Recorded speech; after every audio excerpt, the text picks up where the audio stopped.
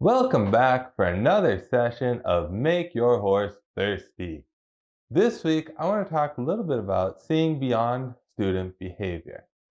You see, oftentimes when we're having a problem with our student, we identify that problem as being their behavior. They're not coming to class, or they're talking back to us, or they're violating some classroom expectation. However, most of the time, the problem is not the behavior itself, it's what precipitates that behavior. In our current world of needing to social distance and to quarantine and isolate ourselves, our students have lost contact with some of the people that are important in their lives, that are important support structures, important to their emotional stability. Experiencing that pain of loss could be the reason why your student is talking back to you right now. And in that situation, they don't need us to punish them for their words or their actions. They absolutely need that feedback that this isn't acceptable and we can't behave this way in the classroom.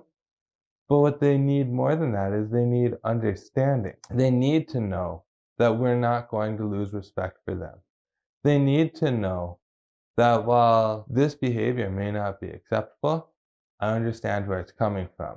However, I can't have it in my classroom, and so we need to come up with a plan for how we are going to control that. How are we going to address it when you're having a bad day right now? How are we going to prevent you from being that distraction within the classroom?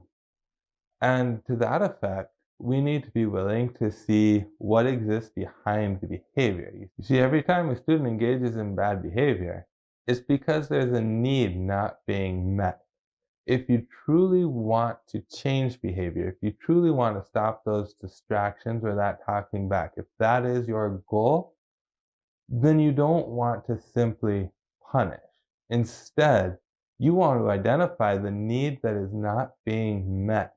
Try to be sad for your students rather than getting mad at your students. You see, because if we can identify that bad behavior, address it in the moment, hey, we can't have that in the classroom, we're going to have a little conversation after class.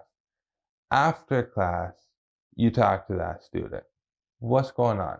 Talk to me right now.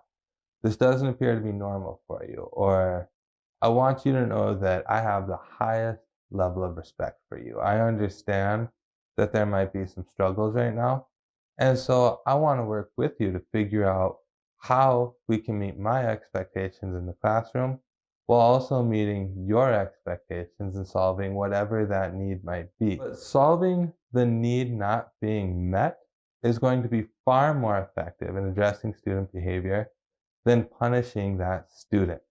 Oftentimes we think we have to win. We think when a student challenges us in front of the whole class, if we don't address it right there, if we don't punish that student, then nothing is going to change. And in fact, things will get worse because all the other students will see what I let go. And now I'm going to have problems with every student in my class. And the truth of the matter is, if you truly don't address it, that absolutely could happen. But if you can address it from a place of love, from a place of understanding, if you can identify that need not being met in the moment, do what you have to shut down that behavior. After class, when you can have a little bit of privacy with the student, identify what the real problem is and try to solve the need behind the problem, you're going to find that your impact is going to be long lasting. It's going to move beyond. You're going to be able to build the relationship with the student rather than breaking that relationship. Initially, it takes a little bit more time to take this address because we have to find the time to meet with the student. We have to talk to them. But in the long run, because we change the behavior and we're not addressing the same thing every single day, we save ourselves some time and we create a less stressful environment for ourselves. So it is incredibly important when addressing student behavior to first try to understand it. Assume that your student is doing the best that they can and work with your student to help them understand the expectation, to understand their expectations, and to support them with whatever struggle may be leading to the behavior that happens in class. I'm Blaine Cronrath. I'm Jim Mahler. Until next time, continue to make your horse thirsty.